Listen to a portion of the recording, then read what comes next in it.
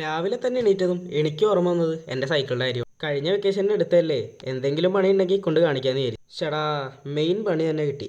രണ്ട് ടയറും പഞ്ചറായിട്ടുണ്ട്. അപ്പോൾ എന്തായാലും ആ ഒരു കാര്യത്തിന് തീരുമാനമായിട്ടുണ്ട്.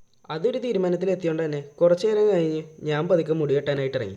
പെരുന്നാളൊക്കെ അല്ലേ, ഇപ്പം മുടി കെട്ടിയാലാണ് അപ്പം ആ ഒരു ടൈം ആകുമ്പോഴത്തേക്കും സെറ്റായിട്ട് കിട്ടുള്ളൂ. മുടിയൊക്കെ വെട്ടിയിട്ട് നേരെ എന്ന കടയിലോട്ടാണ്. ഇതെന്തോ കാര്യമായ പണിയിലാണ് എൻ്റെ വെല്ലുപ്പ് വെക്കുന്നത്. പിന്നെ അവിടെ നിന്ന് നല്ല വ്യൂ ഒക്കെ കണ്ട് നേരെ വീട്ടിലേക്ക് അങ്ങോട്ട് പതുക്കെ നടന്നു. വീട്ടിലോട്ട് വന്നതും എല്ലാവരും നല്ല പണിയിലാണ്. പിന്നെ നോമ്പ് തുറക്കുമ്പോൾ എന്തെങ്കിലും തിന്നാൻ വേണ്ടേ.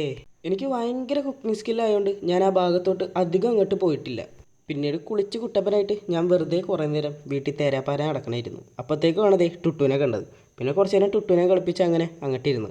രാവിലെ എൻ്റെ ഞാൻ എവിടെ നിന്നോ കിട്ടിയ ഒരു ആമക്കുഞ്ഞാണിത്. പിന്നെ അതിനെയും കളിപ്പിച്ച് നേരെ ഞാൻ എൻ്റെ സ്ഥിരം സ്പോട്ടിലേക്ക് അങ്ങോട്ട് പോയി.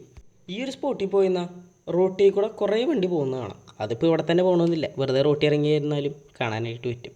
പിന്നീട് നേരെ വീട്ടിലേക്ക് പോയി. നോമ്പ് തുറക്കാൻ നേരെ ആകുമ്പോഴത്തേക്കും സമയം പോക്ക് കാര്യമായിട്ടൊന്നും ഉണ്ടാവില്ല. അപ്പോൾ കുറേ നേരം ഇങ്ങനെ ക്യാരംസ് കളിച്ചിരിക്കും. അതൊക്കെ കഴിഞ്ഞതേ നോമ്പ് തുറക്കാൻ കുറേ ഐറ്റംസ് വെച്ചിട്ടുണ്ട്. പക്ഷേ നോമ്പ് തുറക്കാൻ നേരത്ത് ഇതൊന്നും മര്യാദയ്ക്ക് കഴിക്കാൻ പറ്റില്ല എന്നുള്ളതാണ് സത്യം.